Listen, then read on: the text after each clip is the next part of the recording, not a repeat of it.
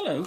In this video we're going to go over an example of finding a trigonometric equation from a graph. Actually we'll do two examples using the same graph to make a point. So let's take a look at the graph. Suppose you're given this graph and they say find an equation of this graph, and we want to find a sine equation, and we're told that the phase shift, or the beginning of the sine wave, is somewhere between -8 and -4. So the idea is somewhere between -8 here and -4, right in this little distance in here, I've got to find the beginning of a sine wave. And I know, right, from my basic shapes of sine, that essentially sine, if it's not reflected, starts at the axis, goes up to a max, comes back to the axis, goes down to a min, goes back to the axis. That's if it's not reflected. And if it's reflected, it'll start at the axis, go down up to a min, go back to the axis, go up to a max, and then come back to the axis. So here, somewhere in here, I'm looking for where does the graph cross the axis, because I'm given sine. Well, I can tell that's right here at -6. So what I know is this is the phase shift, -c over b. So I can already write here -c over b equals -6. Okay? Now, again, I have two unknowns, so I'm going to need to use something else to help me find one of these unknowns. Since I have two unknowns, I'm going to need two equations. So now I can use the period, and let's take a look at that. I can see that the sine wave is reflected. It begins here, and it's going to come down, come back to the axis, go up, come back to the axis. So this is the sine wave. Maybe a different color. This is the sine wave. I'm going to go kind of on top of it that I'm looking for right here. Okay. Now, what's the distance of that? Well, it starts at -6 and ends at 4. So essentially you have -6 plus another 4, right? But another way to say that is period is the end minus the beginning. So that's going to be 4 minus a -6, or 10. So the wave has a distance of 10. Now there's no pi or anything, and this is understood 10 radians, right? So what I know is the formula for the period is 2 pi over b. So 2 pi over b must be 10. And so of course then we can solve for 10. 2 pi equals 10b. And b equals 2 pi over 10, or pi over 5. All right? Now that we have b, pi over 5, we can substitute that right in here. And we can solve for c. So let me go ahead and do that over here. -c over pi over 5 is equal to -6. To solve for this, I'm going to multiply by -pi over 5 to both sides.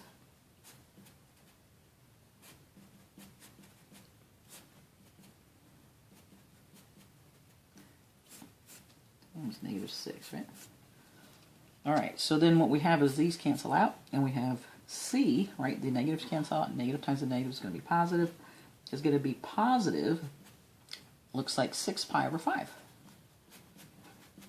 Okay? All right. So now we've found B, C, and now we got to find A and K. Well, K is how much the graph has shifted up or down, and it looks like this graph is equally wrapping around 0. So we can tell from the axis that, let's take a look at this color, that the distance from the axis to a max is 4. The distance from the axis to a min is -4. So I know the absolute value of A is 4. That's my amplitude. Now let's take a look specifically, is it positive or negative for the particular place where I'm starting? Well, the sine wave is reflected. It's going down first instead of going up. So I know A is -4. All right? And then, of course, if I average this 4 and -4, my axis is going to be 0. Right? So I know that K is 0. So now let's put it all together, and we have y equals, all right, for the place of A, I'm going to put -4. Sine B is pi over 5. Let me make that a little bit nicer. C is 6 pi over 5. So plus 6 pi over 5. And let's see, K is 0, so you could write plus 0, just leave it like it is, right? All right. So that concludes our first example. All right. Now, what I'm going to do is take a look at the same graph, all right, and we're going to find a cosine wave. Okay. So, let's see here. They tell us that for the cosine wave, the beginning of the wave, or the phase shift, right, this is my phase shift, which is where my wave begins, is going to be somewhere between negative 16 and negative 12 radians. So I look in here and I see negative 16 and negative 12 is here.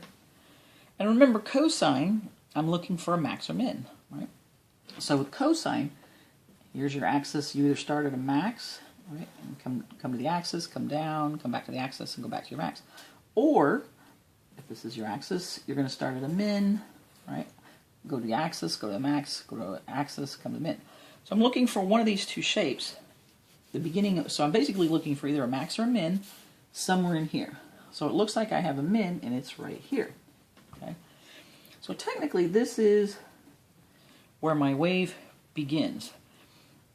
Now, we're going to have to kind of guesstimate where that really begins. Looks to me like maybe negative 13 and a half. So we'll go with that. We're going to say that negative c over b equals negative 13.5. Right? A little bit hard to tell. Now for the period, this is where we can use our information from before. In the last problem we did the sine wave. Since this is an infinite wave, it doesn't really matter whether I'm finding a sine or cosine wave. The period is the same. So whether I'm finding this cosine wave, or whether I'm finding this sine wave, or whether I'm finding this reflected sine wave, etc., or reflected cosine wave, the period is the same for all of them. So I can say, well, okay, wait a second, the period is what? 10. So I'm going to end up getting the same b. All right, so the period here is the same. Period is 10. So 2 pi over b is 10, and we already found b was pi over 5. So that's going to be true for this cosine wave also. Now, we go back through, and again, let's go ahead and solve for c. So we'll have negative c over pi over 5 is equal to negative 13.5. And I'm going to multiply by negative pi over 5 to both sides of the equation.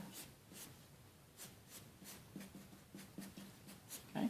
So then negative times negative is going to be a positive, c. And here I'm going to have a positive, right? Negative times a negative is positive. 13.5 pi over 5. Okay. So now there's c.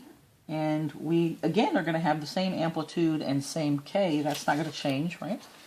So the amplitude is the absolute value of A is 4, but now we do have to check if it's positive or negative for our specific wave. So we know absolute value of A is 4. Now here, this is my cosine wave. Again, let's take a look. Let's draw it through. If it's starting here, it's going to go like this, right? There's my one cosine wave. And it's reflected. So I do want A equal to negative 4. If I'd been starting at a max, like up here, then I would have a positive A. And then, of course, K is 0. The axis is 0. So filling all this out, I'll get Y equals A, which is negative 4, cosine. B is pi over 5, x plus 13.5 pi over 5. Okay, so there is your equation. And you might want to change 13.5 into a fraction, right? So that's up to you. You can do that if you'd like. If you did, some books would probably do 13.5, right? So 2 times 13 is 26, plus 1 is 27, right? So 27 halves.